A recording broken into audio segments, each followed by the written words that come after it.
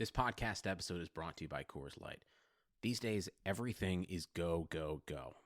It's nonstop hustle all the time. Work, friends, family, expect you to be on 24/7. Well, sometimes you just need to reach for a Coors Light because it's made to chill. Coors Light is cold lagered, cold filtered, and cold packaged.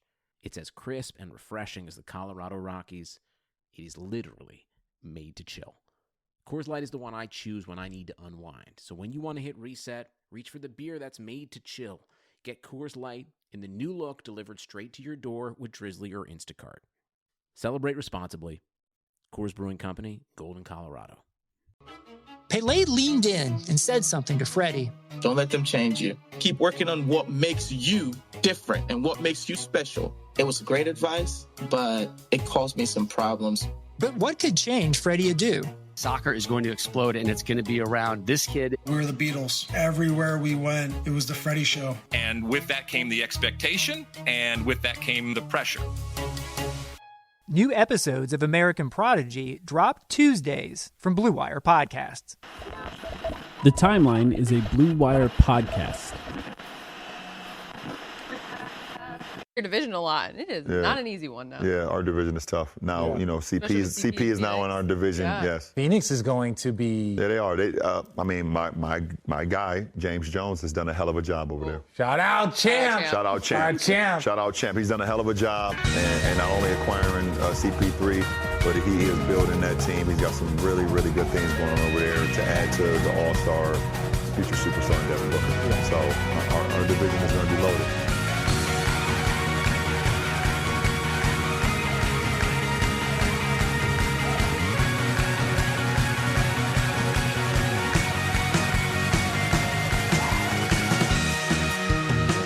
Welcome to the Timeline of Phoenix Suns podcast. Very excited about this episode. This will be our third year in a row doing this with the same guest. I'm excited. Sam, you're here with me. Are you excited as well? Yeah, of course I'm excited. This is just something about the way you said that. This is always one of my favorite episodes every year. And I don't know why. I'm not much of a gambling man myself, but maybe it's just because anyway. I know. Maybe it's just because I love the guest we have on so much and all of our opportunities to talk to him. The official lawyer of the Timeline podcast. That's right. Joining us, former host of the 7 Seconds or Less podcast, Max McCauley. Max, how are you doing? I'm doing great. Thanks so much for having me on. I love being the lawyer for you guys. You're great clients. You don't ask me to do very much besides talk about my favorite team. So yeah, that's right. It's nice. But we don't pay you anything either. So that is true. It's a mutually beneficial relationship, I think. But yeah, I can't be more excited, man. Like of the 3 years we've been doing this, I mean, I don't think anybody would argue this is the most exciting year we've done it, right? Yeah. I mean, it's the easiest team to talk about. And in some ways, I was talking to you guys before we recorded, one of the harder ones to predict as far as like actual stats, because it's difficult. Look, we have all been watching Chris Paul our whole basketball lives for a lot of us. I mean, he's been in the NBA a long time, a 10-time All-Star at this point, but it's almost hard to picture what it's going to be like on this team and on a day-to-day basis. And in this specific season where things are going to be so weird. And for those who are listening who haven't heard one of these episodes, basically what we do is I create all of these fake over-unders. Some of them are now based on some that are listed online. And then we just sort of talk through the season using those over-unders as sort of a way to preview the season. And then at the end of the season, we come back on and we all see how we did, see who was the best at really just guessing where a lot of these things are going to lie at the end of the season. I think it's really fun. I hope you guys will enjoy it. I will also put in the link to this podcast on Twitter, in the description of the podcast, a Google form that you guys can also fill out to guess your specific guesses for these over-unders, and then you can track those as the season goes along as well. Before we get to the over-unders, I did want to talk about Media Week. If that, I guess that's what they're calling it. Usually it's Media Day, right, where everyone gets together at the practice facility and takes pictures and interviews all the players. This year is obviously different, as everything is, and it was interesting to see all these players. One thing I thought was cool is that they uploaded all the interviews onto YouTube, so we had a chance to see it all. Max, I know you were following it. Sam, I know you were following it. Max, did you have anything that stood out to you through this media week from all the players or the coaches or James Jones or anyone that we saw interviewed this week? Yeah, it's something that it wasn't just Media Week, but it was highlighted at Media Week. It was we heard a lot about this from a lot of the players, especially the free agents that they've joined. But just kind of the overall impression of the organization that these players, especially the ones who just came on, the Chris Pauls, even each one more, Jay Crowder, how much they said the bubble mattered to them, and how much they seem to really esteem the Phoenix Suns as a franchise. It just, I mean, you guys have been covering the team for a little while now. We've all been fans for a long time. It's just weird to hear that. It hasn't been like that since the Nash era. So just to hear that the reputation of this team has gotten so much better, in large part because of that 8-0 bubble performance and Monty Williams. I mean, it's refreshing, right? It's about the best thing you could possibly hear. Yeah, I think Monty Williams was the biggest or the most common call out for me. Like I think James Jones was mentioned a few times, but the number of guys who talked about buying into Monty Williams, I think like even the small guys like Etwan Moore was one of the last guys they talked to yesterday, talked about Monty Williams. Jay Crowder talked about him. Dario Saric kind of talked about his revived role and how he trusted Monty and his system. And yeah, it is weird, Max. It is weird. For myself, I think, I typically don't buy into media day and media week narratives all that much. It's sort of kind of the last event that closes out the offseason before we get going in training camp and preseason. And by that point, usually I just want to see them play basketball. So I'm not super interested in hearing what the players have to say. I will say the one thing that stood out to me from having watched all of the interviews on YouTube in full, DeAndre Ayton does seem to be on his own plane a little bit compared to some of these other guys. And you could just tell the tone. It's not a bad thing. It's not a bad thing necessarily. I mean, maybe you guys disagree, but I don't think it's a bad thing. But Chris Paul came in, Devin Booker came in, they had a serious tone. They talked about like kind of basketball strategy. And then DeAndre Ayton came in and he was a goofball. And, we kind of know that about him at this point, and we know not to take everything he says all that seriously. And I think if you kind of strip away those expectations of, oh, he's not going to say anything all that worthwhile here or of substance in a basketball sense, then he's really entertaining to hear speak. But it definitely stood out as just being different. Sam, so you say you're not interested in what players have to say, but are you interested in what players have to read? Yeah, he did talk about that too. I am not usually, but I thought it was interesting. I thought it was interesting how he couldn't remember the name there. Mike, I know you have a theory about that.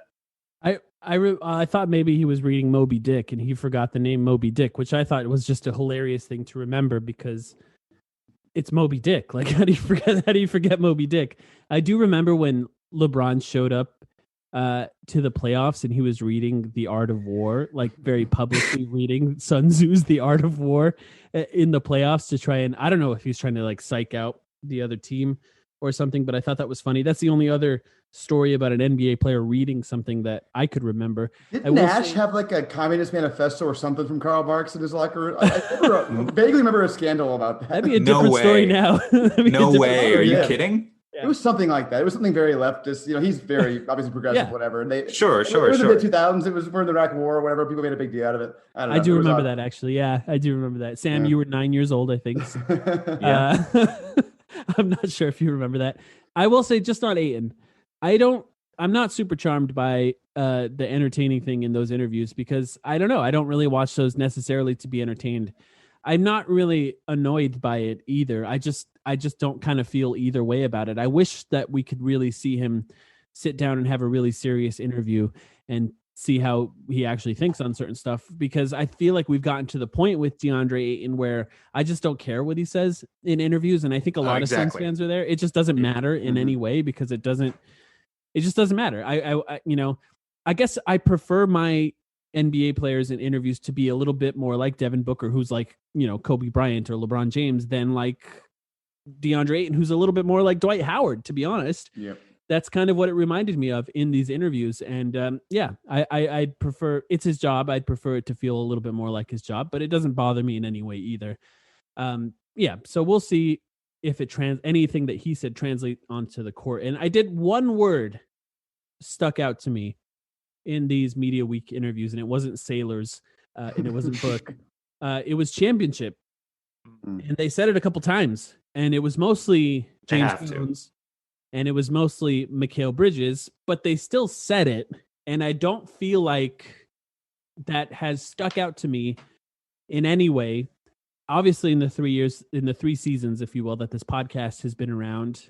But like the last time I heard a Suns team talking about that in any sort of serious way was when Steve Nash was on the team. And I think from an outside perspective, like if you're a non-Suns fan, if you're somebody who's not really close to following the Suns, if you hear a Suns player mention competing for a championship, you probably laugh, which is a fair thing to say at this point. But I think that if anything, it highlighted the expectations that come with Chris Paul being on your team and that sort of legendary status that he has. When he's on your team, you have to take the idea of competing for a championship seriously. That's from the players to James Jones to Robert Sarver to an extent. You kind of have to take that seriously, because I don't think that Chris Paul would want to be in an organization that doesn't at least approach that in a serious way in the media.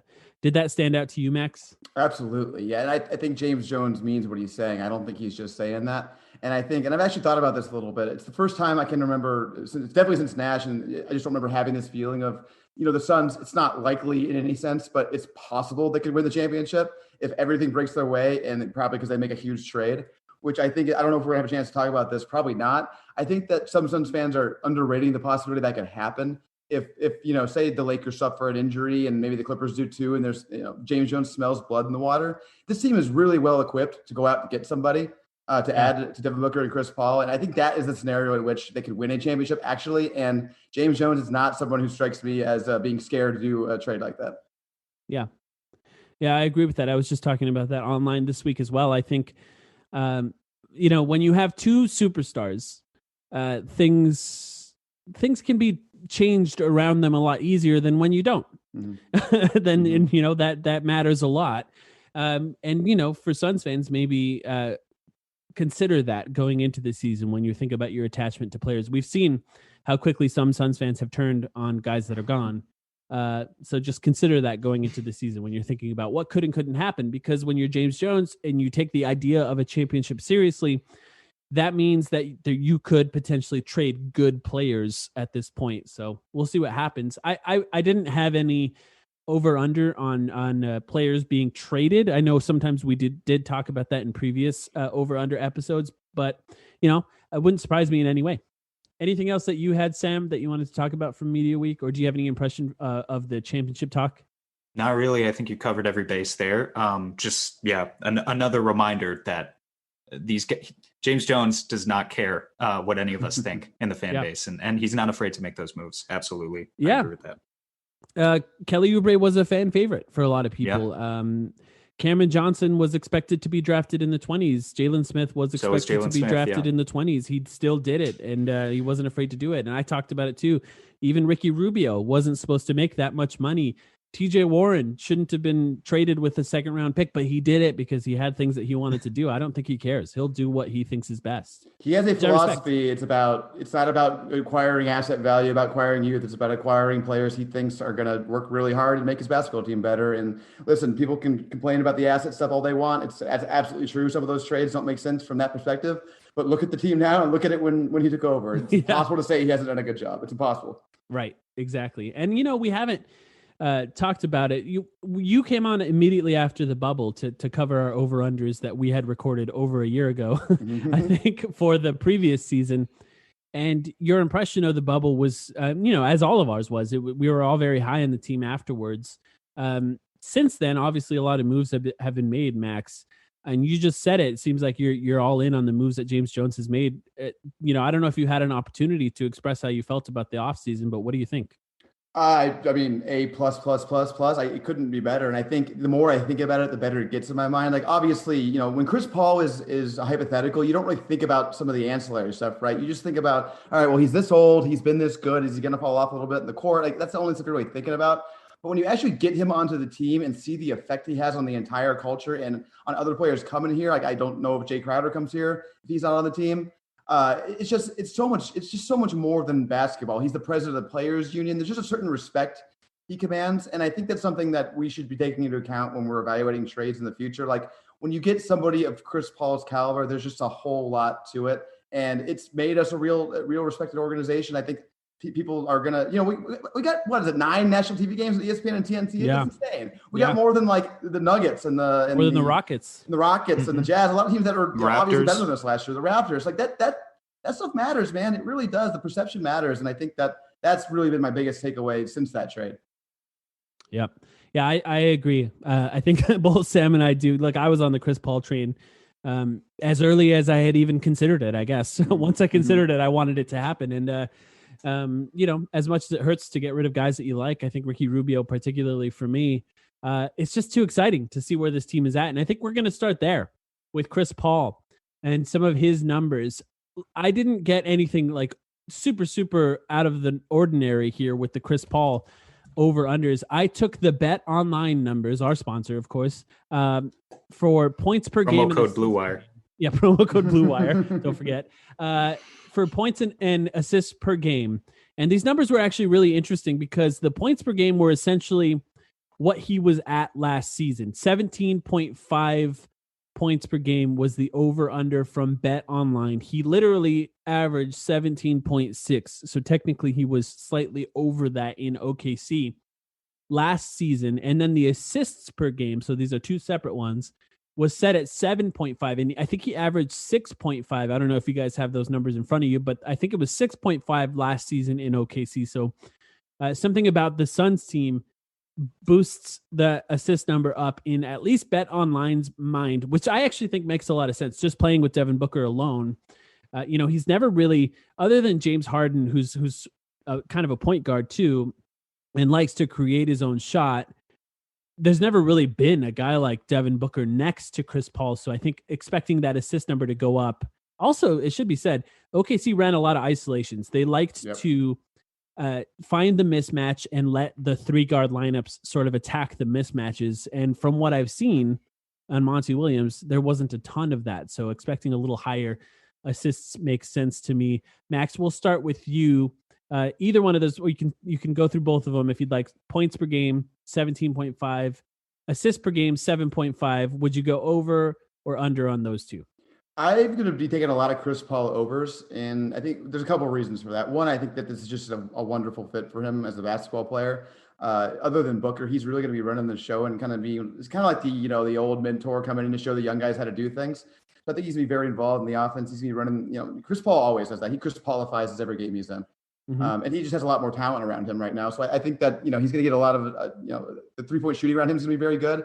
We'll get a lot of assists that way. And I think that at the end of games, they're going to lean on him. I mean, I think I can't remember if it held true throughout the entire season, but I know at least at the All-Star break, because it was an argument that Zach Lowe was making, among others, that Chris Paul was the best clutch player in the entire league to that point, efficiency-wise. I think he even led the league in fourth quarter scoring for a while there. I think the same things will be happening here. They're going to really defer to him. James Harden wouldn't necessarily defer to Chris Paul. James Harden was a superstar in his own right. Booker is too. Booker looks at him like a hero, right? So he's going to defer to him. I think there's going to be a lot of that. And the other reason I'll point out before we can go to Sam on it is I think that with the way the schedule is compressed, he's going to be taking quite a few games off, probably a lot of the back-to-backs off. So I think that when you're not playing all the games, you can exert more energy in the games in which you do play. So I think that I think we'll see that. I don't have exact numbers. I guess if I had to guess, it's like 19-8, maybe something like that. The averages. Right. So over on both of those. Yep. And for the record, for those listening, in the first half of the season, 9 back-to-back games. So quite a lot. And I think that's how this season's going to look because it's relatively compressed.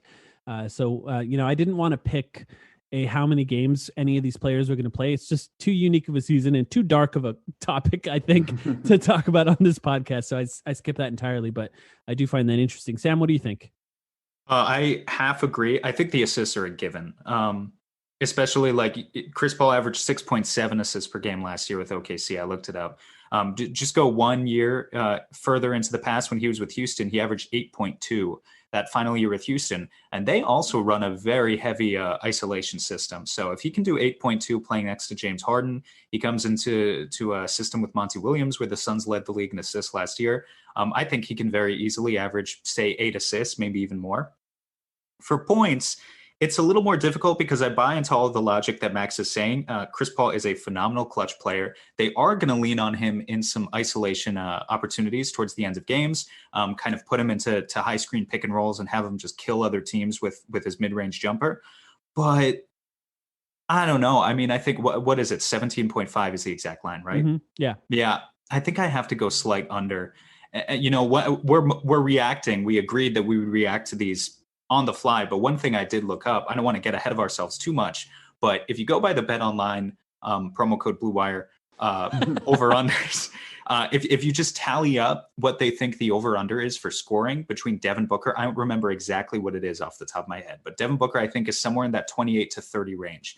DeAndre Ayton is somewhere around 20. Chris Paul, it had at 17.5. If you tally all those up, the Suns have not had a trio of 3 players who scored, and I looked this up, that many points per game. I think it comes out to like 69-ish points per game. I don't have the numbers in front of me.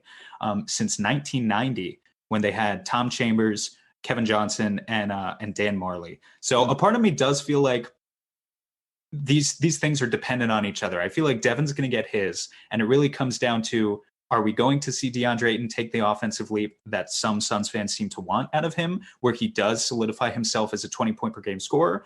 Or are we going to see Chris Paul kind of assume the offensive role that Max thinks is going to happen, and is he going to be a 19 or 20-point per game scorer? I think you can have one or the other, but I don't think you can have both. And so for me personally, I think DeAndre is going to take a bit more of a leap, and I think Chris Paul might honestly play back a little bit and kind of assume more of that facilitator role. I still think he can get 16, 17 points per game, but I think that's about as far as I'm willing to go. And so I'm going to take the under on the scoring.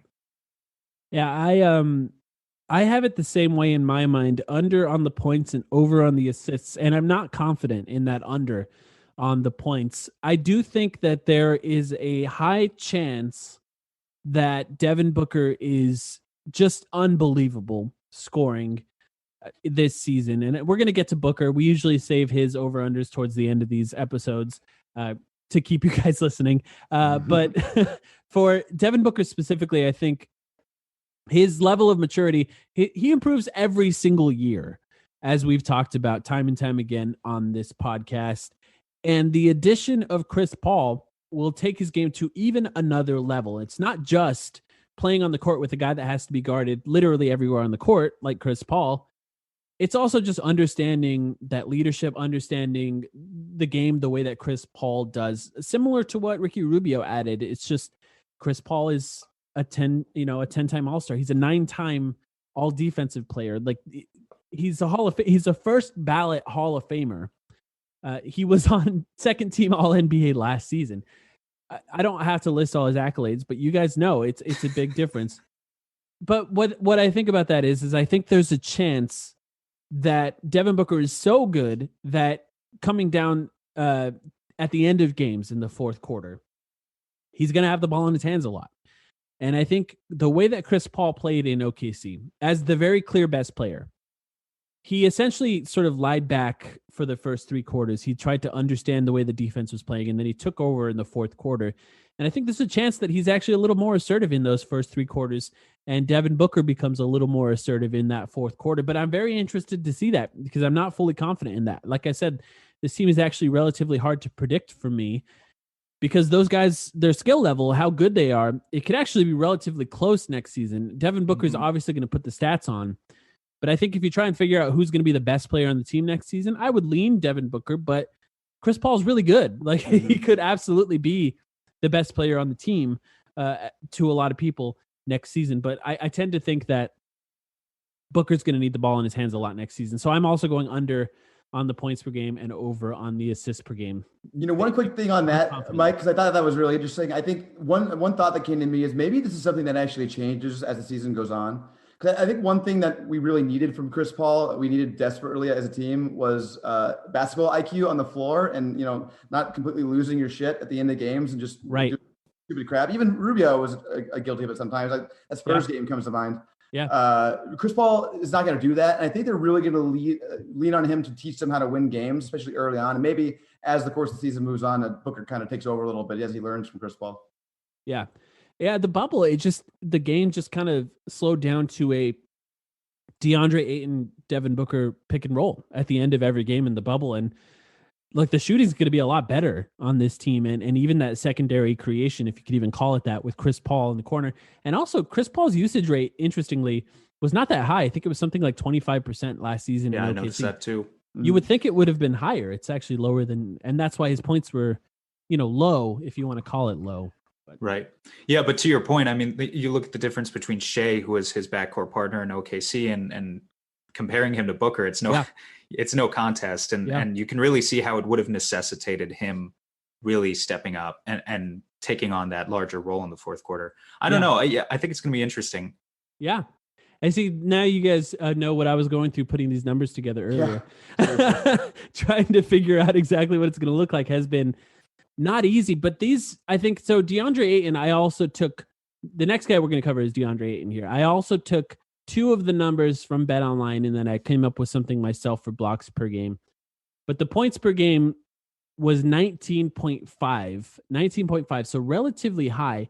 And if you look at the BetOnline numbers, they put him at 19.5 points per game and 11.5 rebounds per game. If DeAndre Ayton's coming up with those numbers and continues to improve defensively, he essentially vaults himself into at least the third best center in the NBA conversation at that point, in my opinion. And that's great. And I think DeAndre Ayton on this team is fascinating for many reasons. I think personality-wise, it'll be interesting to see how he fits with Chris Paul and how he fits onto a team that's like striving for contender status in a lot of ways.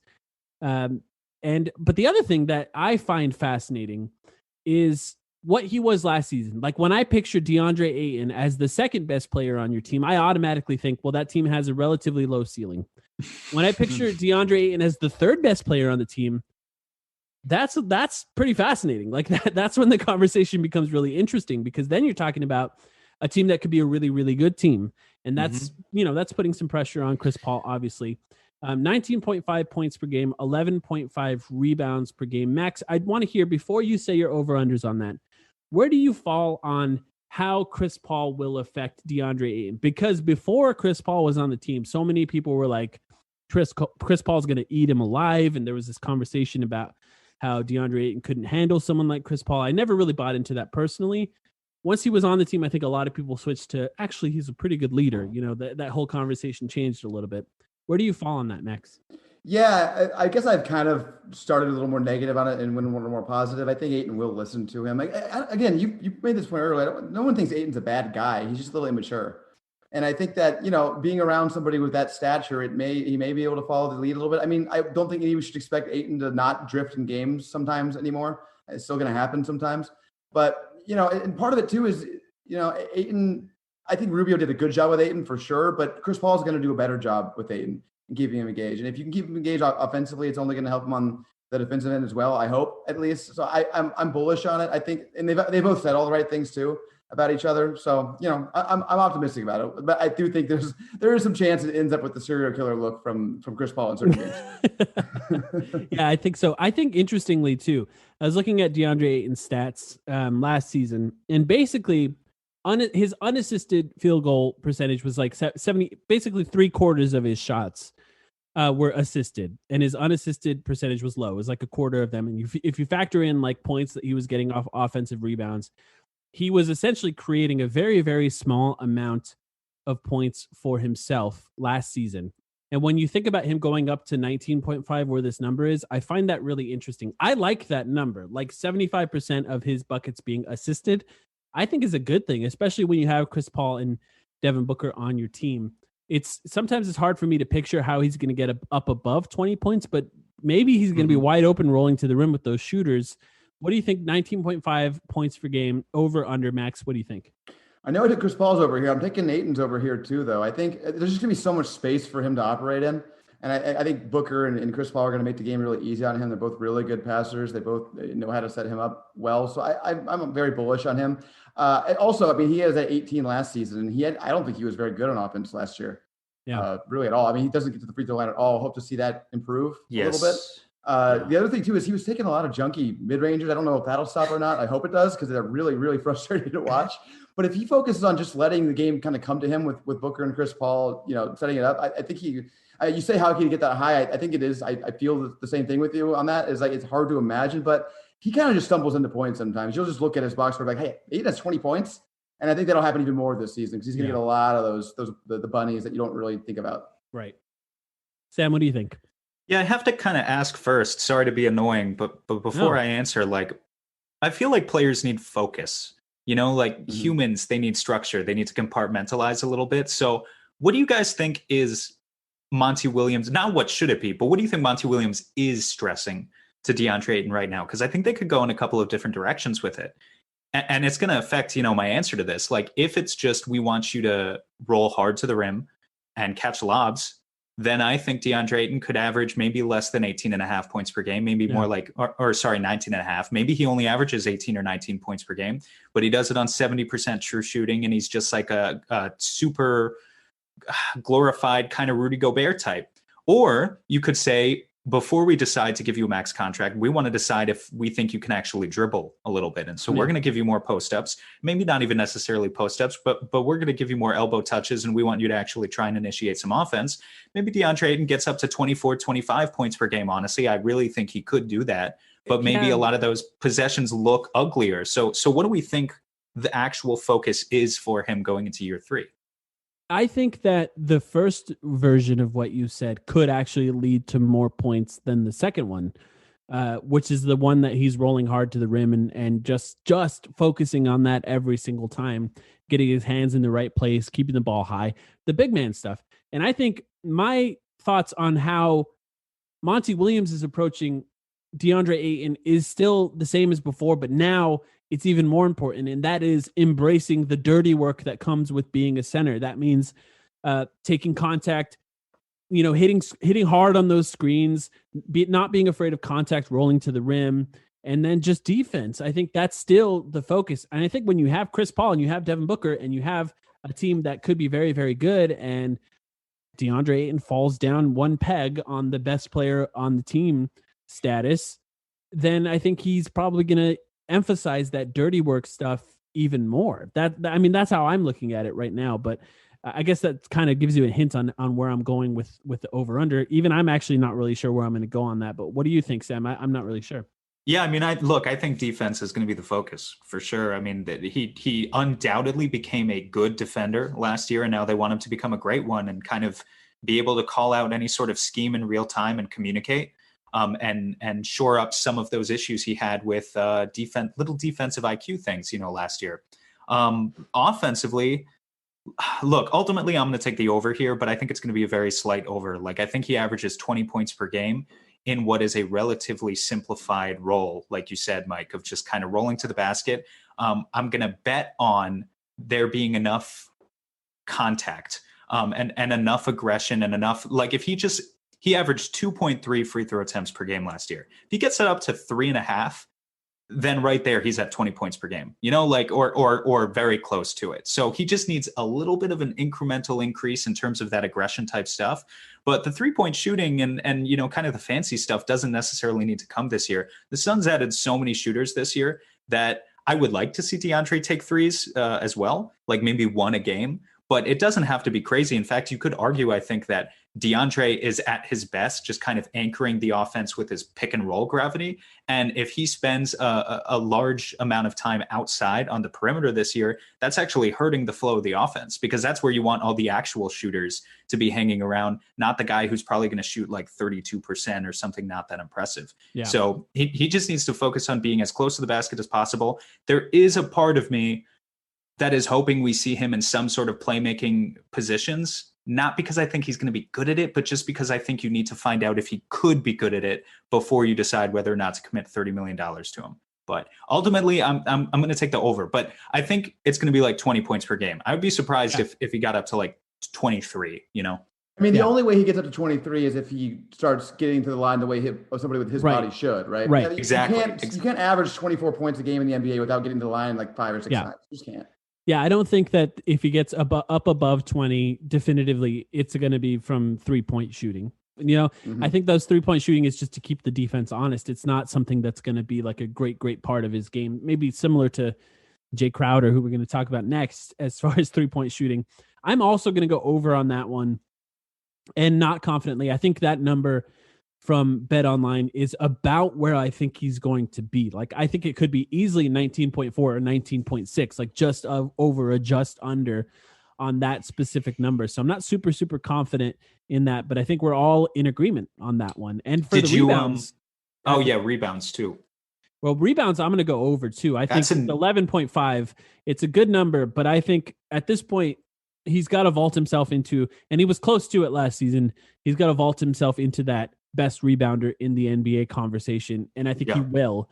But yeah, I'm going to go over on the 11.5 rebounds. Max, what do you think? Yeah, that one's easy for me too. I mean, he's really an incredible offensive rebounder, which is maybe one of his more underrated skills. And the defensive rebounds are going to come to him on this team. There's not a lot of other dominant rebounding on this team, and he certainly has the potential to be that. So I fully agree. I'm over on that. And for the record, I didn't mention this. I agree with you guys on the points. I think it's barely over. I don't have him like scoring 25 a game or anything like that. And if he does, like if he's over like at 24, then they are in championship contention at that point. I think that's something that we can say. Do you agree with the over on that one, Sam? This is the easiest one to me in the entire thing. Like, let's just point out that I think all of us kind of love to an extent going small, and we love the idea of let's play Cam Johnson and Jay Crowder at the 4, let's play Dario Saric at the 5. All of that stuff only works because DeAndre Ayton is already one of the best rebounders in the league. If we didn't have DeAndre Ayton, then that entire system falls apart. This is just one of his obvious strengths that I think falls by the wayside sometimes when people talk about him, because it's just such an expectation for your big man to be a good rebounder. But there's difference between a guy who averages 9 rebounds a game, who's good, and a guy like DeAndre Ayton who legitimately has that chance to be just like Andre Drummond-esque. Like, he's really that good on the glass. I think the one thing you could say, if he spends a little bit more time popping on pick and roll plays and a little bit less time slipping or rolling, then maybe he's not always in quite the same position to go for the offensive rebound every single time. But actually, I have a point on that. Yeah. Chris Paul is one of the best guards in the NBA at forcing a switch even when defenses are trying to not switch, because of the way that he uses his ball handling to force bigs on him around screens. And what that means is Chris Paul probably wants to attack the switch on his own. That means that DeAndre Ayton is likely under the rim with a small guy. If Chris Paul misses the shots, those offensive rebounds, like that should be points every time. Yeah. Either way. That's a good point. That's a good point. Yeah. So I think this is easy. Like, I think he could be at 12 and a half, no doubt. Yeah. It's that. Look at us being super optimistic about DeAndre Ayton. How fun is that? I wouldn't say it's super optimistic, because you go on Suns Twitter, Suns Reddit, and there are some guys who think he should average 25 and 13 next year, and like that would be great. I would love to have. I would love to have prime Kevin Garnett on the team, but I just don't know that we're there yet. To those people, I want to say, those people commonly say, I just want DeAndre Ayton on the block demanding the ball. That's the last thing I want for this team. Like still to this day. And it's not to say that he can't still be one of the best centers in the NBA without that. He still can. I just think we have to really come to terms with that for a lot of people who love DeAndre Ayton, that he can still be great without doing that.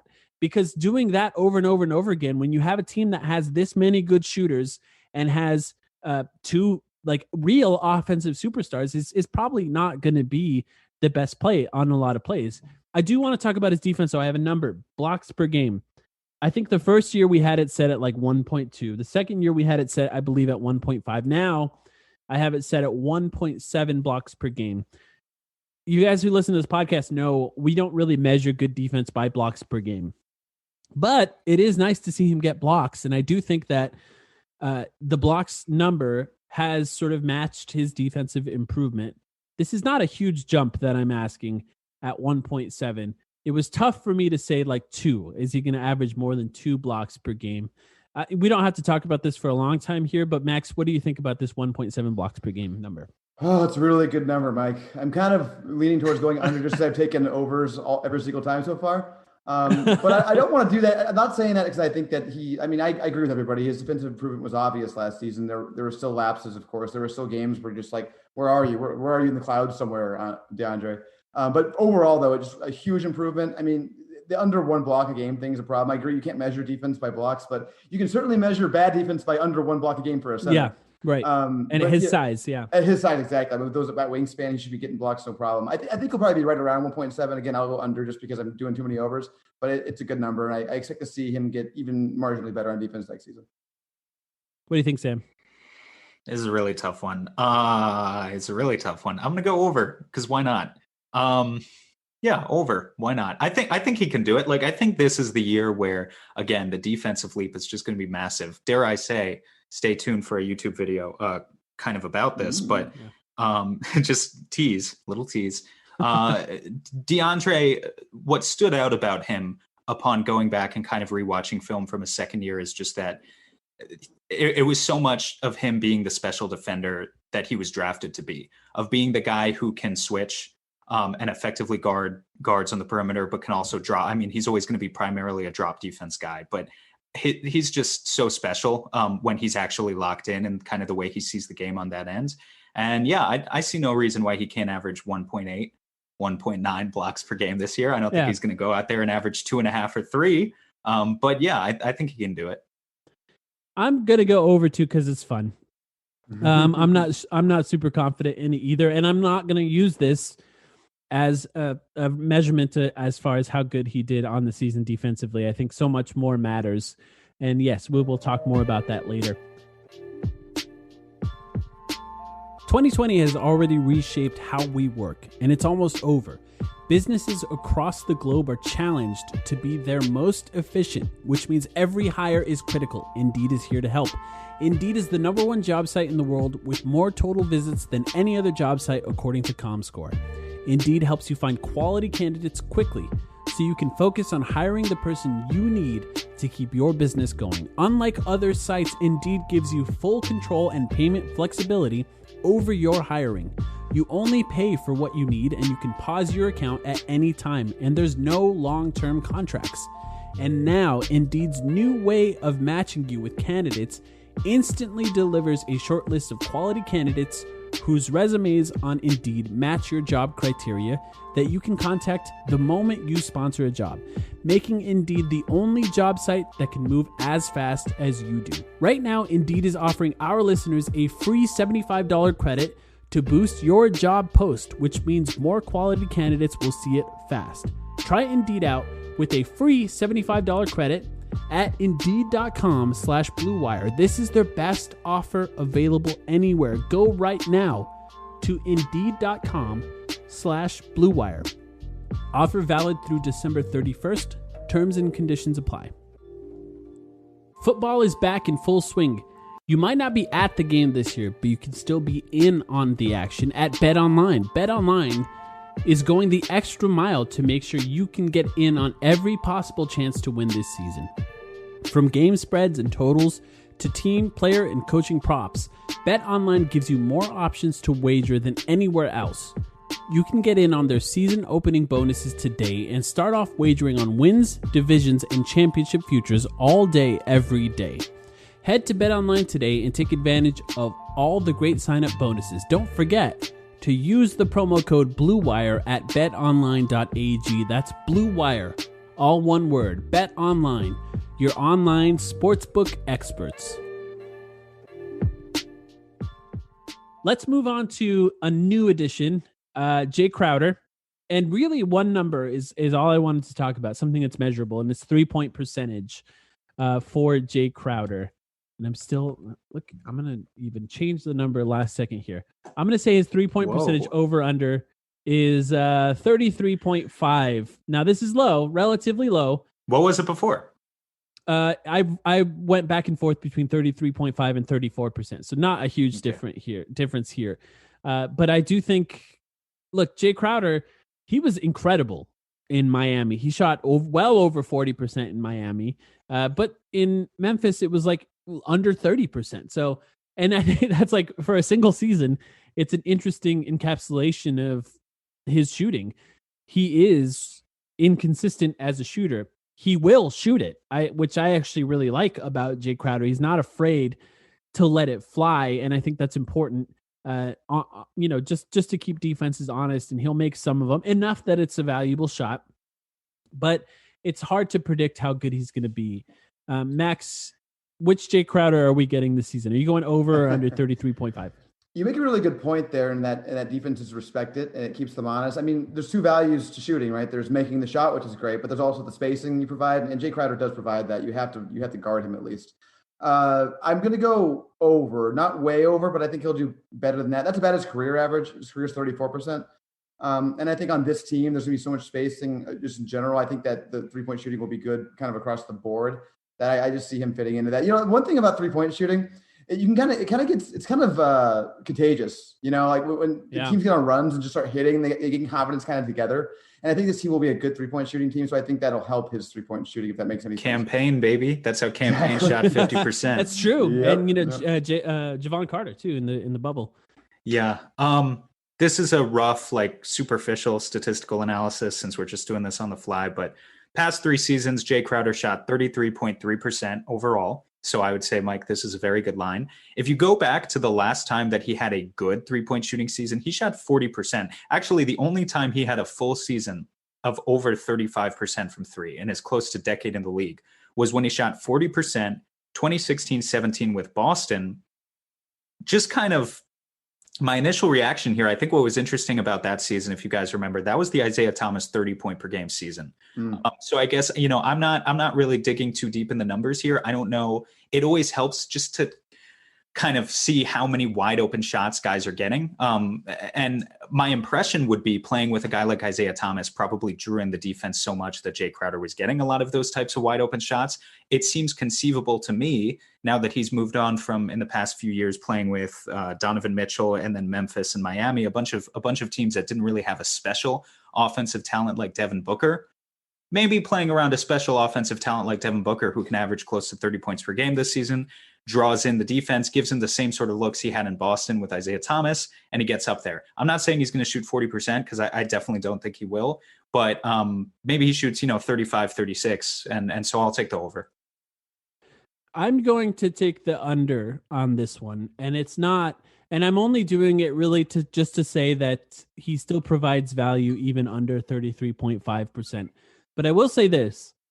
There seems to be a belief within the Suns organization that he changed something about his shot when he got to Miami. Because I believe it was Monty that said, I'm looking forward to getting in the gym with him and seeing what tweaks he made to his jump shot to get to that percentage in Miami. So if there was some sort of material change in his jump shot that now makes him a much better shooter, that is a really good contract. Like if he could shoot close to 40% and still provide, this guy guarded Giannis and LeBron in the playoffs and in the finals. And if he could shoot somewhere close to 40% on this team, that becomes an insanely valuable player.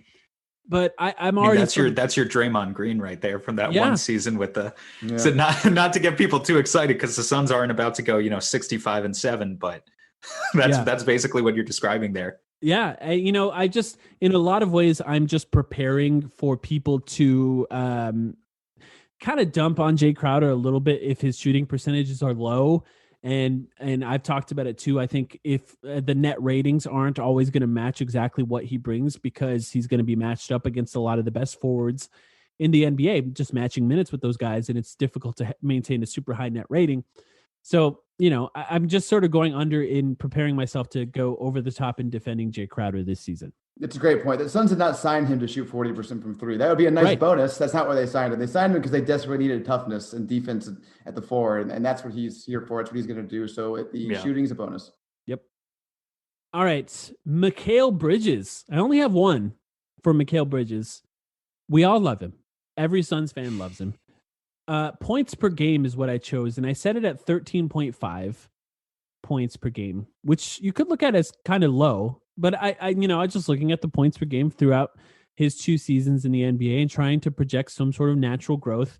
And also considering that maybe his usage rate won't be like if we sort of projected the team from the bubble and thought about what he was doing there, maybe he would have gotten a little more shots. But now Chris Paul's on the team. That changes everything just a little bit. So maybe he gets more, maybe he gets less. I'm still not even sure which way I'm going to go on this one, Max. 13.5. Hey, Max, by the way, if you don't want to go first on any of these, feel free to tell me no. I'm trying to be gracious. I don't mind. It's okay. There's not $1 million on the line here or anything. I'm just trying to be gracious and allowing you to go first, but feel free to tell me to skip to Sam if you'd like to. But 13.5 points per game from Mikal Bridges. What do you think? Yeah, this one I actually have a pretty strong feel on. I think it'll be under, not way under, but a little under. I just don't think that's going to be his role in this team as a scorer. They don't really need that. I think it's going to be primarily concentrated in the top 3 guys we've spent so much time talking about already. But I think he'll be a little more efficient from 3. I believe in the improvement there.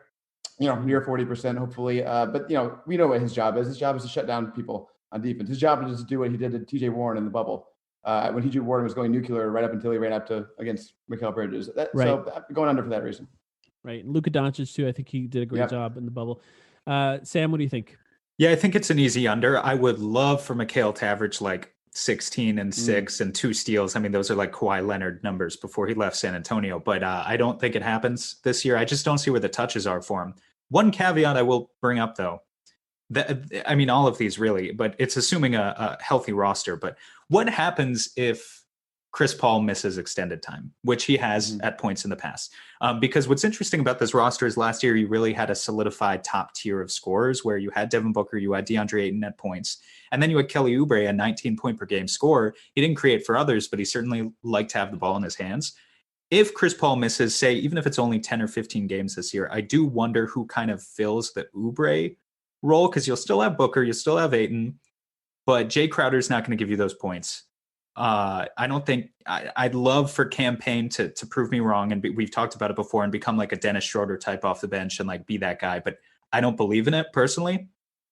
So is it going to be Saric kind of off the bench and like taking on a much heightened responsibility as a sixth man? Or is it going to be Mikal Bridges starts driving to the basket more? Or is it going to be Cam Johnson fires away 10 times from 3? I really don't know who it's going to be, or if any of them are even capable of doing that in short spurts. But I am curious kind of just about the question. Cam Johnson, that's exciting to think about. I'm also going to go under, but I will say, for Mikal Bridges, I watched a lot of Chris Paul film, and it's just sort of watching. If it feels like at this point, I may have watched every single point and assist by Chris Paul last season in OKC. And, I thought that was a unique season for him, and I wanted to see how he played with that team specifically. And the type of attention he brings on a pick and roll and how good he is at driving his man into a screen on a pick and roll. He commonly draws a third defender on that pick and roll. And that means that guys who cut back door get a lot of easy points with Chris Paul. He's great at passing, but just manipulating that screen, manipulating the defense. He's very good at it, probably the best in the league. And if Mikal Bridges can continue to be one of the best cutters in the NBA, which he was last season, he's going to get a lot of easy points. So I think there's a chance that he could be over.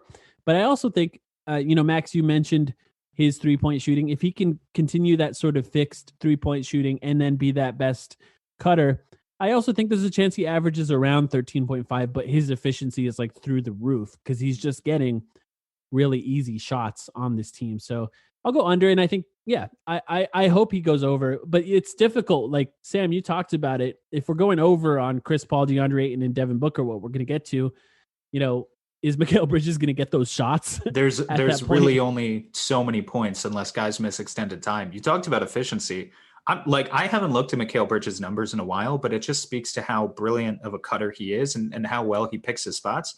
He shot 51, 36, 84 in his second year in a low usage role, granted, but like that's already a very efficient season from him. Yeah. He had the highest true shooting on the entire team, just ahead of Devin Booker, that's crazy. Yeah. And I wonder how much further he can push it. I think he can push it pretty far because his shot was broken at the beginning of the season. Like it took half the season for him to figure out that shot. And if that can continue, then it'll be interesting. Selfishly, we may want his breakout offensively to come after we extend him, right? Yeah, that's a good point. His what he is going to get in free agency is going to be a fascinating, it really is, conversation going forward. And look, everyone's talking about DeAndre Ayton and that max contract looming on DeAndre Ayton, but we really haven't even started the conversation on what Mikal Bridges is going to get, and that'll be fascinating. Sometimes those guys are undervalued to me. I'd give him a max lifetime contract. I would be sad if we lost DeAndre Ayton, but I would be distraught if we lost Mikal Bridges. I really think I sincerely believe I don't think we will, though, because who else would be distraught if we lost him is James Jones. I mean, just watching him play, I know kind of sometimes like analytical nerd types have this fascination with these 3-and-D players who are like efficient or whatever, and they play defense, and it can go a little bit too far and you can overrate them and kind of lose sight of the fact that there are other guys like that out there. But just watching Mikal Bridges and his freakish noodles flopping about on the court, like I just derive so much joy out of watching him play. It would be so sad if he ever left Phoenix in a trade or free agency or otherwise. Yeah. It's a fascinating player where all three of us can go under 13.5 points per game and still be ultra optimistic about the player that he's going to be. Those guys are just so great to have. Chris Paul's going to love him. You can just tell. Another guy Chris Paul's going to love, Cameron Johnson. I actually didn't have this one on the sheet, but then Sam brought him up and I was like, we got to talk about Cameron Johnson on this team because it's fascinating. Monty Williams kind of hinted at Cameron Johnson even potentially starting. We don't really know what that's going to look like going forward. Cameron Johnson, I decided 3-point attempts per game is kind of the interesting number for Cameron Johnson this season. He had 4.8 last season. I think this is going to go much higher than that. So I'm setting it much higher than that at 7 attempts per game. Whoa. How many guys averaged that last year? I don't know. This is the type of research that I would have done had I thought to put this on the list before just now, which is when I added it on. That would have put him. Are you interested? Yeah, actually, yeah. Okay. That would put Cam Johnson, if we were judging by last year, it would put him tied for 21st in the NBA. Yeah. The immediate guys who would be in his vicinity would be Danilo Gallinari, Jason Tatum, Kevin Love, Robert Covington, Taurean Prince is there, like role player type guys, not necessarily first options. A very interesting player that you mentioned there, Danilo Gallinari. Who did he play with last season? Checkmates. Isn't that where you want him to be?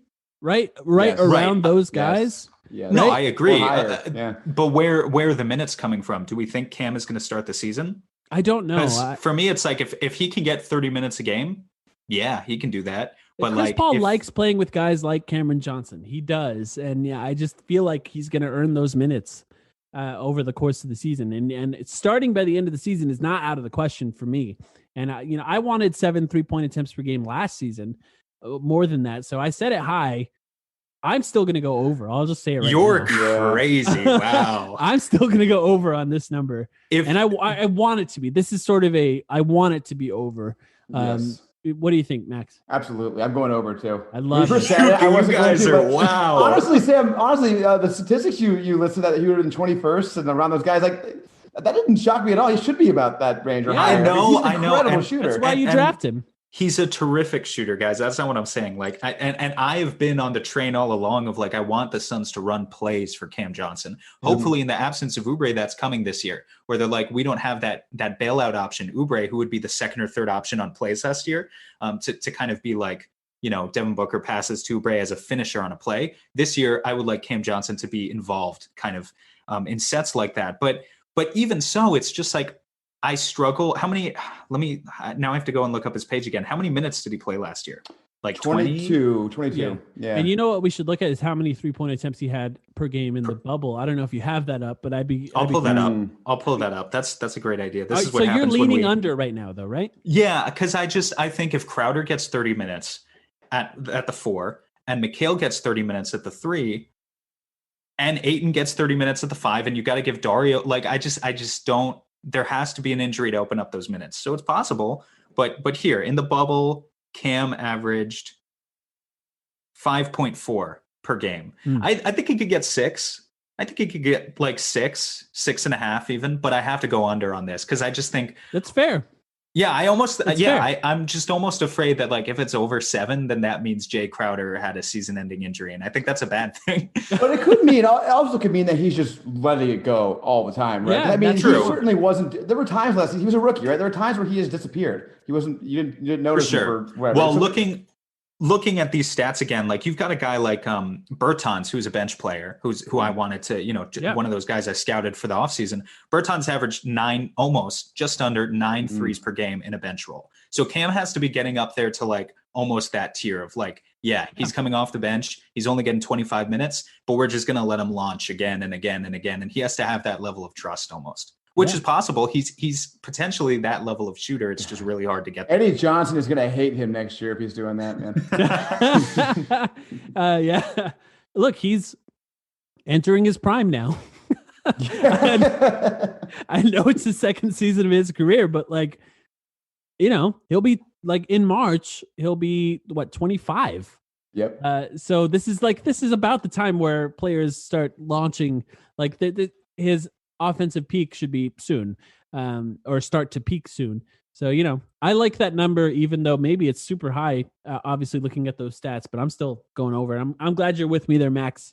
I'm with you, though. I just want it to happen. That's really what's going on. Same. And look, if it does, that's very exciting to me. I watched so much of this sort of staggered pick and roll thing with Chris Paul, Danilo Gallinari, and Steven Adams. And it's very simple. It's just Chris Paul manipulating a screen and then getting around it. And he's such a threat from mid-range, and Steven Adams was such a threat rolling to the rim that Danilo Gallinari was open so often at the top of the key. And I think that's important in this conversation because Mikal Bridges at the top of the key, not super exciting. Jake Crowder will shoot at the top of the key, not super exciting off movement.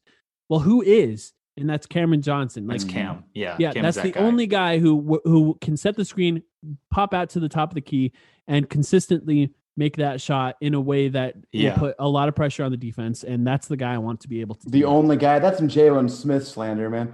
Yeah, Jalen Smith can maybe do it too. But, but I think to your point, I think you put either Chris Paul or Devin Booker in the playmaker position. You've got DeAndre Ayton rolling hard to the rim. Cam is the guy who allows you to do like a lot of Spain pick and roll type stuff, screen the screener. Yeah. And Cam's going to be the guy who does that and pops out. And like Dario has done that sort of stuff in the past too, and he can do it. But Dario, we know, is like, he can shoot, but he's like a 34% shooter. Like, you're not really expecting it to go in most he's times. Going to pump fake a lot of those, I think. Yeah. You upgrade from Dario to Cam in that position, and I think the Suns can run a lot of that type of stuff effectively. Yeah. All right. You mentioned him. We're going to move on to him. Jalen Smith. This is not super interesting conversation. I said it at minutes per game because it's something that we've been talking about. I said it low, 12.5 minutes per game, relatively low. It's kind of hard to picture where he's going to get minutes early. Sam and I were even talking about it where maybe starting the season, he's just playing garbage time to start. And then he, over time, if he can earn a spot, he can earn a spot. They seem to be really happy and confident with him. So, that could maybe tip you off on what way they're going to go as far as the team on this one. And maybe by the end of the season, he's getting a lot of minutes. But Max, what do you think?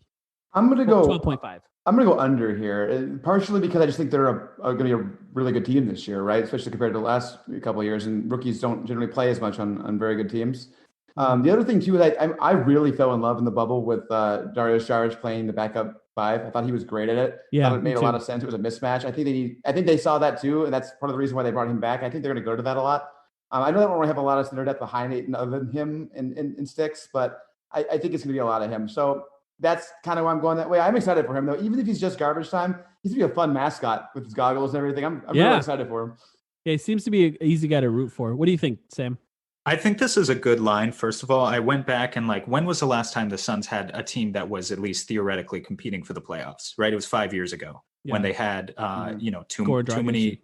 too many guys and one basketball. That's the sad thing about Media Day this year, right? Is like that picture of Isaiah Thomas and Eric Bledsoe and Goran Dragic will always live in my memory. And this year we couldn't get any fun photo shoots, but I went back.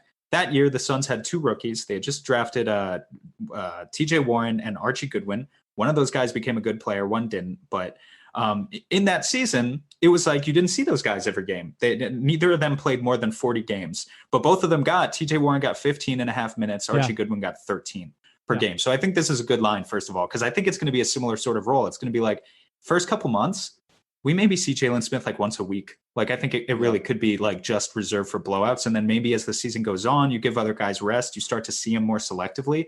But I just don't think he's going to be counted on in a heavy way this year. So I think I'm going to lean with the under as well, slight under. I think he's going to have his moments. He's going to have his games where he comes out there and he does get to play 15 or 20 minutes and we see him maybe hit a three and dunk a few times and we get excited. But I just don't think they're going to lean heavily on him in any way. I'm going to go over, and only because there's just not a lot of depth of big guys. And I think that there's a strong chance that he outplays Damian Jones, who I like, but is not part of the future of this team in the way that Jalen Smith probably is. Did Damian Jones, not that it contradicts you, did he get a 1 or a 2 year deal? Do we know? I think it's just a 1 year deal. One with a team option, I want to say. A lot of them something like that. Yeah. Yeah. So Nerlens Noel is the guy I've talked. He got a 2-year deal, but no option. 2-year deal looks like no option to me. Oh, that's interesting. So yeah, maybe he will play more. But yeah, I talked about Nerlens Noel on our last episode about how Chris Paul was able to develop really interesting chemistry with guys like that because he's so good at throwing lob passes. Some people are calling especially in our YouTube comments for some reason, are calling this team Lob City 2.0. It's not. Like, it's really not. There are not a lot of guys who can catch lobs on this team. It's DeAndre Ayton, and then it's kind of nobody as far as the core rotation guys.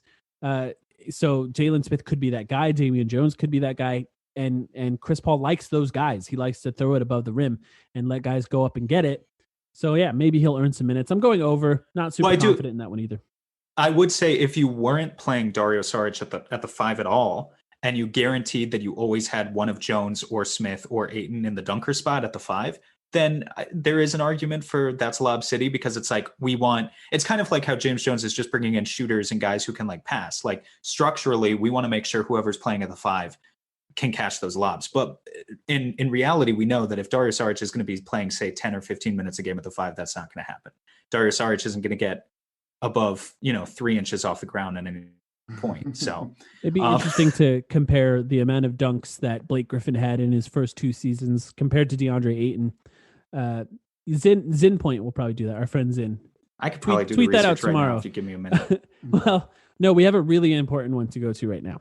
Okay. This one was suggested by Cody Hunt. It is Suns home games with Kendall Jenner in attendance, and it's set at 0.5. So the bet is, will Kendall Jenner go to any Suns home game this season? If the Suns are a contender and win, say, 55, 60 games or whatever, do we think there should be more of an MVP narrative for Devin Booker or Kendall Jenner?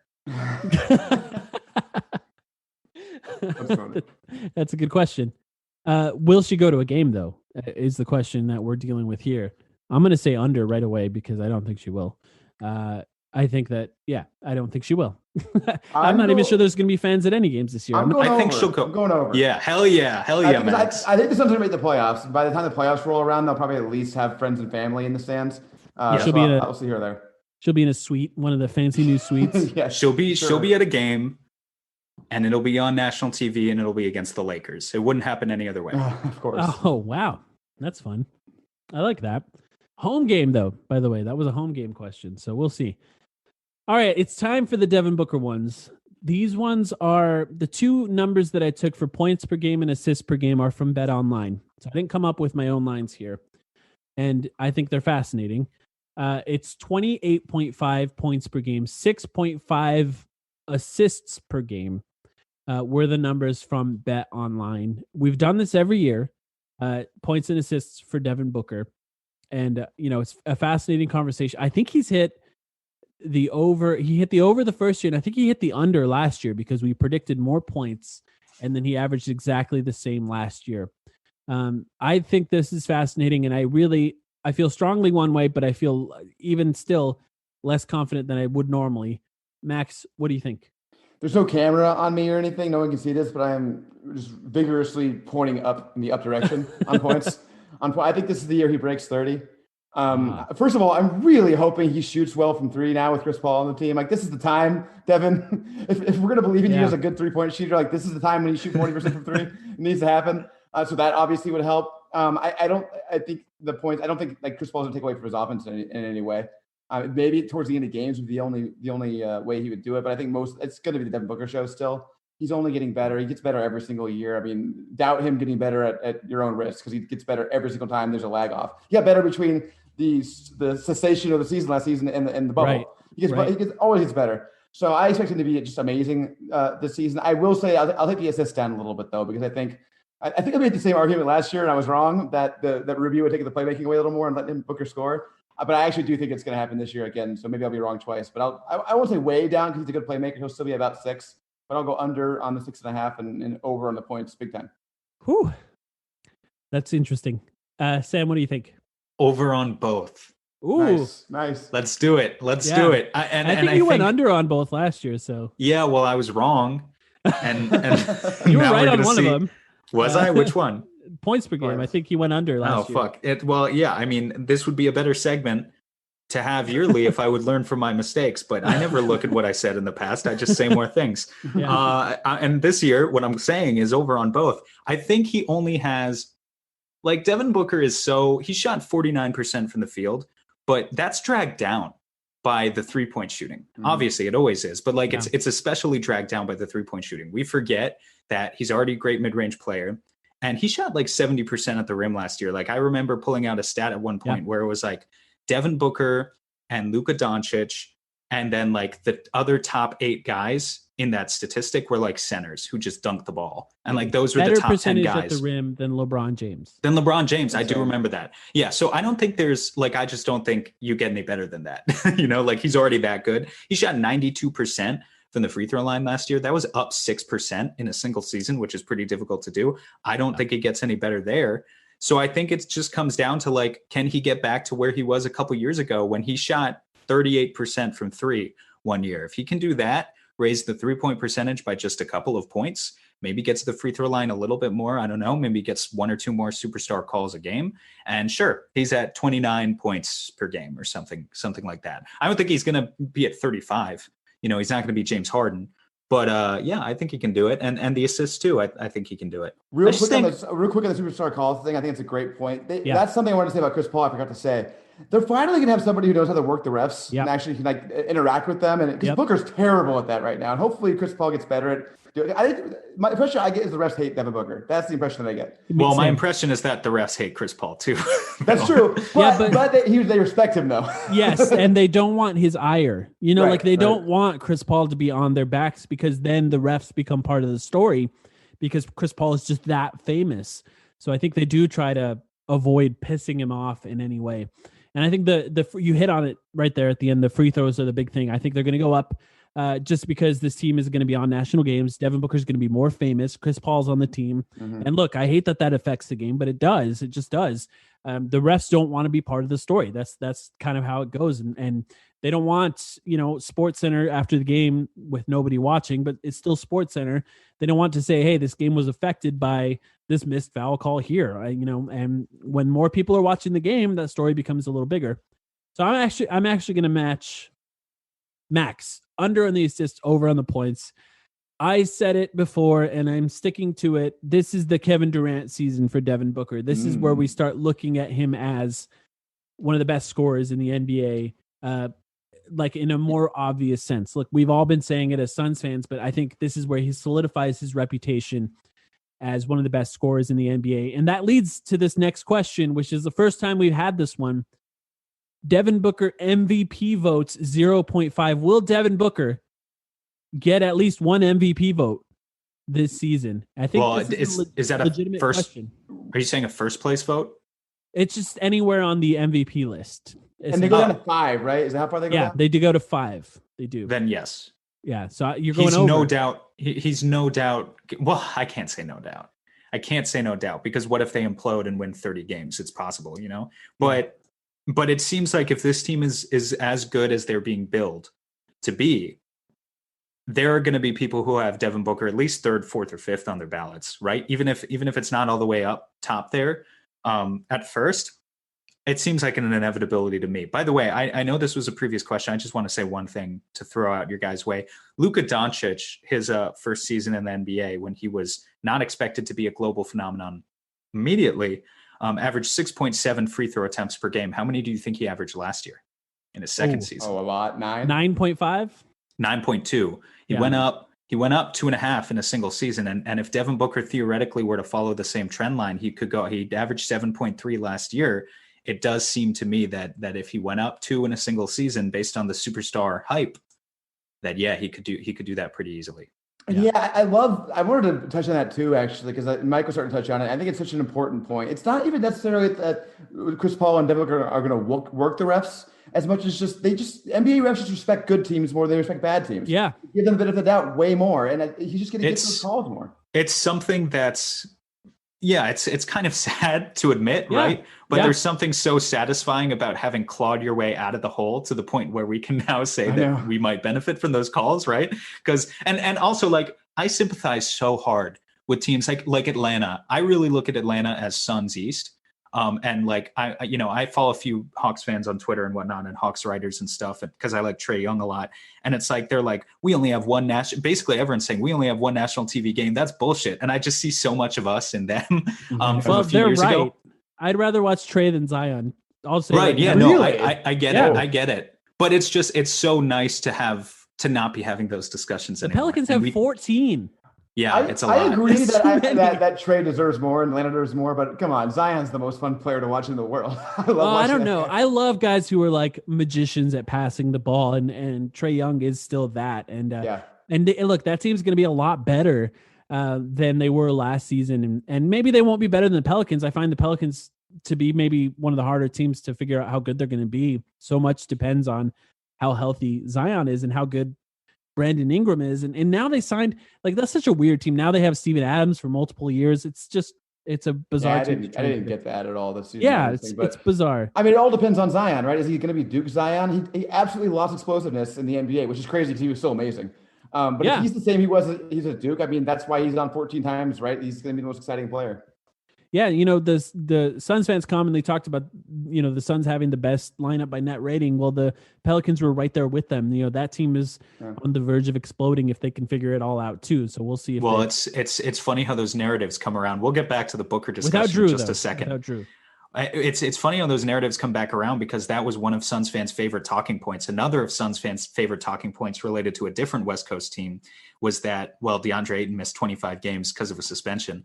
Portland fans, if you plug into their thing, are using the same exact argument with Yusuf Nurkic as a means to say that that's why they'll be right in the 4th, 5th seed contention this year. And they might be right. They very well could be right. So it's just interesting how, like, if you take a closer look at what all these fan bases are saying, they basically always come around to having pretty similar arguments, and only one or two teams can be right and the rest of them are going to be wrong. So we'll see how it shakes out. Yeah. Hey, we're wrong all the time, but it's still fun. I mean, we did pretty well on our last over under episode as far as our predictions. We did pretty well, but MVP votes, I'm also going to go over. I think there's a chance. I think even just one vote, like, that's all it's going to take to hit this over. I think he will. Max, what do you think? Yeah, I'll give him. I don't think he's going to be in the serious conversation, but that's not hard to get one 5th place vote. There's usually 10-ish players a year to get one. I mean, hey, he was either the best or second best player in the bubble, only an 8-game sample or whatever. But listen, it matters. He showed that he can belong in that conversation. Yeah, and look, if we're picking over 28.5 points per game. And, we're going to talk about wins in our next. I have 2 more categories here and then we'll be done. But we're going to talk about wins next, and we'll see where we fall on this one. I think it's a really interesting number. But yeah, if he's averaging like 29 points per game on a team that's over 50%, win percentage, 1/5 place MVP vote is not hard to get. You just have to have one writer who just happened to watch a lot of Suns games, which they will now. Kevin O'Connor. Yeah, Kevin O'Connor, if he gets a vote, he might put, That's your guarantee right there. I should have just answered initially saying Kevin O'Connor will vote for Devin Booker. Yeah. Oh, I love that. All 3 of us going. Can I just say, though, like, so far we're making a statistical argument for Devin Booker to actually be in like the top 2. He needs to average like 30 points per game, and the Suns need to be a contender. We'll talk about wins in a sec. But, like, does the addition of Chris Paul, because it's all about narratives, does the addition of Chris Paul, to what extent will that take away from his narrative? I don't think it will. I don't. He's averaging 30 points a game. Yeah. Honestly, I think he could average just 0.4 points per game more. Like, if he's up to 27 points per game, but the Suns are the 2nd seed in the NBA, I still think he could be in the top 2 conversation there, because all that matters is winning. And when you're winning and you're averaging close to 30 points per game, you're going to be in the MVP conversation. That's just how it works. But, Giannis is probably going to win again because his stats are always unbelievable. And that's really what it boils down to. And that team's going to be good. And he has a 2-way argument, which Booker will never have. He could be better defensively for sure, especially on a team like this. It's competitive, but he's not obviously ever going to be Giannis. Yeah. The defense is fascinating too, right? Because I was when I first thought about it, I thought this could be an average defensive team, top 5 offensive team in my mind. But then I thought about that starting lineup. There's really no, like, Devin Booker's the only, if we're factoring in Jay Crowder into that starting lineup, Devin Booker's the only bad defender in that starting lineup. Otherwise, it's Chris Paul, 9-time all defensive player, Devin Booker. Then you got Mikal Bridges, could be one of the best wing defenders in the NBA. Jay Crowder could be one of the best power forward defenders in the NBA. And then DeAndre Ayton could be one of the best center defenders in the NBA. Yeah. Defensively, it's pretty good. And I think that's go ahead.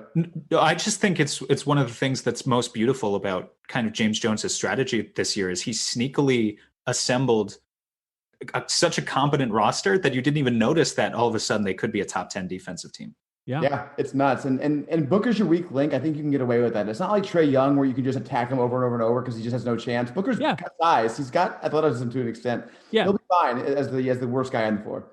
Yeah, and Booker's problems have never really been one-on-one defense, like isolation defense. Right. I think he'll be okay in those scenarios. Might get into foul trouble. There's where we sort of rely on those superstar calls at some point, because that's where I hope he doesn't fall into. So the wins number is fascinating. It's set at 38.5. This is kind of hard to factor in the 72 game season at this point. By the way, I don't recommend anyone bets on the wins number because the season's going to be weird. And look, they only release half the schedule. We don't even know what the second half's going to look like or how many games it's going to be. There's going to be a lot of things that factor into this. But 38.5 is what it's at. That's a 53% win rate, essentially, which is equal to basically 44 wins in a regular 82-game season.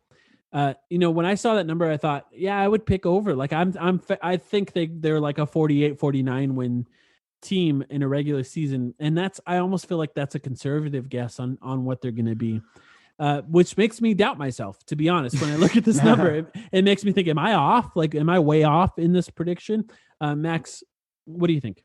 Yeah, I'm with you. I think they're going to be really, really good. I just look at the roster and there's not a whole lot of holes in it other than maybe backup point guard. They got to figure something out there, especially if there's an injury. But other than that, I mean, it's a really, really solid roster with stars on it. I mean, we all think Booker's take a leap. I have them at 44, which equates to about 50 wins. I think they're that good of a team, man. It sounds weird to say because it's the Phoenix Suns and they've been so bad for so long. But when you actually look at the roster, it's hard to poke a lot of holes in it. Yeah, it really is. You know what I look at right now every once in a while I go on Facebook, just I don't know why, but what I do when I do that, one of the things I make sure to do is just read Facebook comments on Phoenix sports articles, specifically Suns articles. And I do that because I feel like it takes me away from my Twitter and Reddit echo chamber a little bit and kind of puts me into the puts me into the mind of, your average Joe a little bit more. And a lot of them just don't buy into the hype going into this season because it's the Phoenix Suns and we've been let down for a straight decade. And I think like those of us who are very online in Phoenix Suns communities have noticed more interest and more engagement, but it does seem like there's a big group of naysayers still. So Max, like if they win 50 games, at what point in the season do we actually kind of start to see this tides turn and maybe they become the talk of the town again and people are like, wait, are you watching Suns games? This is for real. What do you think it would actually take for that to happen? So it's got to be, it'd be similar to the start of last season, but sustained, right? So we're getting to halfway through the season and the Suns are the 4 or the 5 seed or something like that. I think that's when people start to get onto it. Yeah, the Suns, that's really Phoenix's team. It's been the most popular team in Phoenix for a long time. I mean, maybe the Cardinals surpassed them now because we've been so bad for so long, but that's still there. And I think, people on Facebook are just idiots. They're just saying that because the team's been bad for a long time. They're not saying that for any other reason. So again, if you actually look at this team, they're going to be good. And I think that if they don't suffer injuries, if they are as good as we think they can be, Booker's a star, all that happens. I think it happens like halfway through the season. Yeah. In my mind, I can get behind that. In my mind, Facebook is famous for one thing. Facebook comments. It's being wrong about stuff. So if they're saying that they're not buying into it, that almost makes me more confident in the over. So I'm also picking over. Sam, I don't know if I missed it. Did you pick the over or the under? No, I just kind of rambled for a little bit as I tend to do. I'm going to pick the over as well. I'm going to pick the over. I think it would be a logical inconsistency of me to like say Devin Booker is going to average 29 and 6 and DeAndre Ayton's going to average 20 and 12. Yeah. And we win, less than a 44 win pace. That doesn't make any sense. So I think it has to be. I don't know if they get to 50. I really hope they do. I would like to say they get to 50. The guy that moves this number the most is Chris Paul, and it's trying to predict how good he's going to be at 35 years old, trying to predict how many games he's going to play at 35 years old. And I will not beat up on anyone for getting this specific category wrong because the season is so unique and weird, and we're not sure how guys are going to miss games, what the games are going to be like, or anything yet. Once again, why I don't recommend betting on this specific one, the ones that are about the games played. It's difficult. It's the only one that I had in here that was actually based on the total amount of games played, because I just didn't feel comfortable doing a lot of betting on that one. But yeah, I mean, like I said, just looking at the team and my confidence, if they're healthy, I think it's an easy over personally. So that makes me feel good about the over. And one last point to make. OKC won 44 last year, and this roster's better than that roster was. Assuming Chris Paul is just as good. If Chris Paul's just as good, I'm very confident that they're. I mean, Booker versus Shea it's no contest. No. Ayton easily matches up with Adams. That's an interesting one there, I think. I mean, Adams is a smarter player, no doubt, but Ayton's got more versatile defensively. I think it's like Gallo is pretty good, so can kind of Cam Johnson sort of live up to that. Yeah. Lou Dort is very clearly just, or Mikal Bridges is very clearly just Lou Dort, but with a jump shot. Like a much better Lou Dort, basically. Yeah. So I don't know. I think the roster is there for sure. All right, last one. Playoff wins. 3.5. I said it at 3.5. Are the Suns going to win a playoff series is essentially the question. If you pick over, you think they could win at least one round. If you pick under, and look, no Suns fans listening to this, don't beat up on anyone for picking under in this one. For the record, the playoffs are always about matchups. There's no way to predict who they're going to be playing on this one. So if you pick under, don't feel bad about it. That's basically what I'm saying. But do you think that there's a chance the Suns win a playoff series? I'm going to make Sam go first. Really?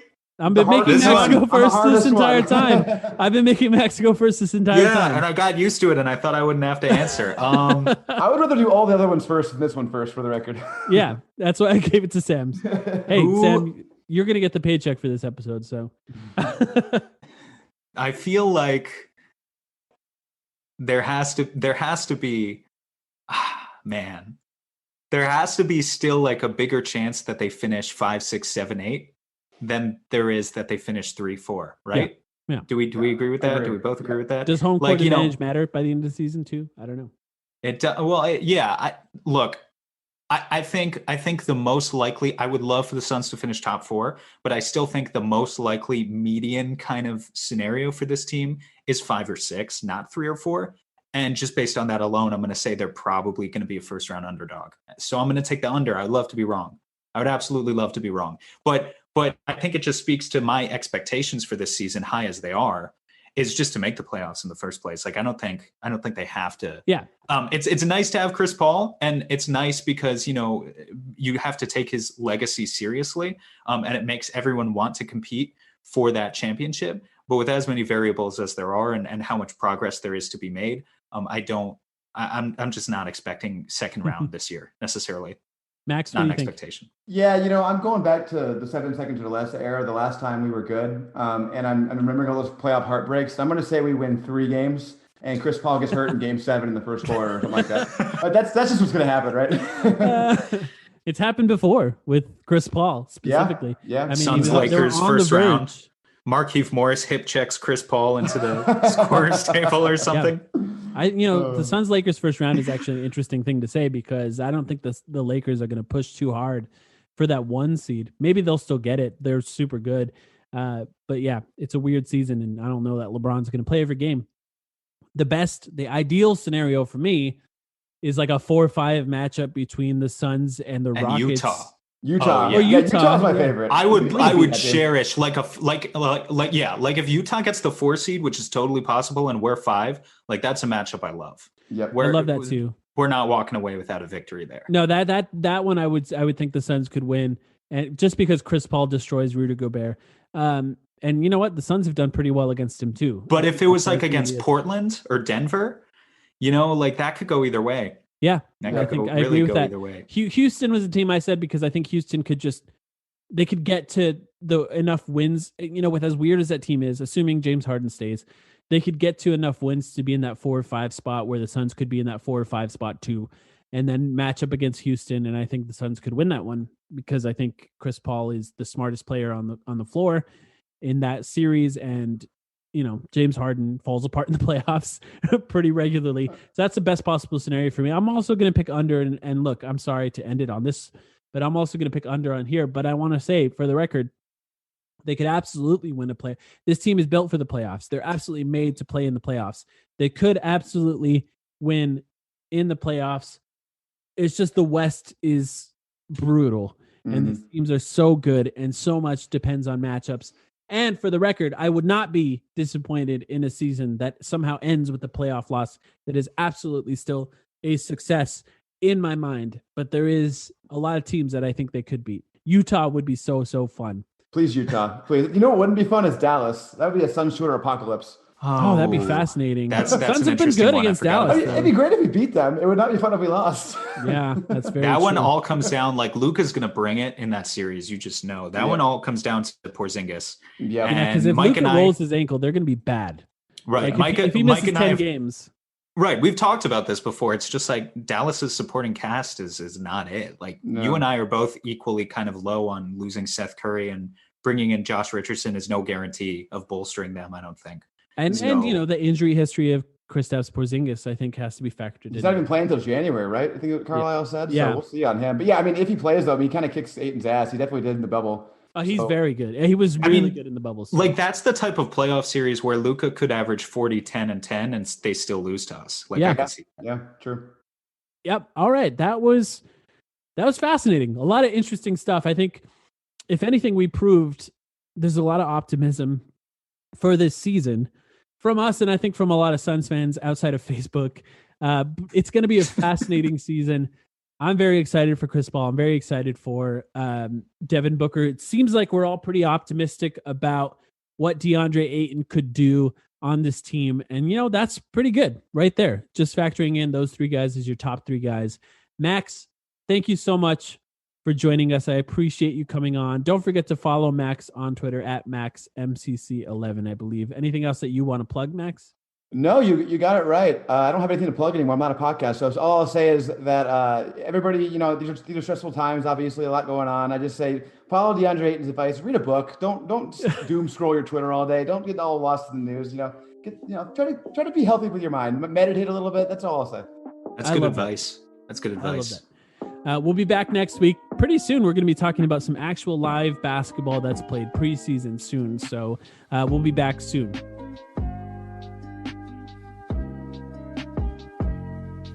All right, what's popping? All right, DeAndre. I need to fix y'all faces. We got CP3 in Arizona. Y'all tripping. We got Chris Paul in Phoenix.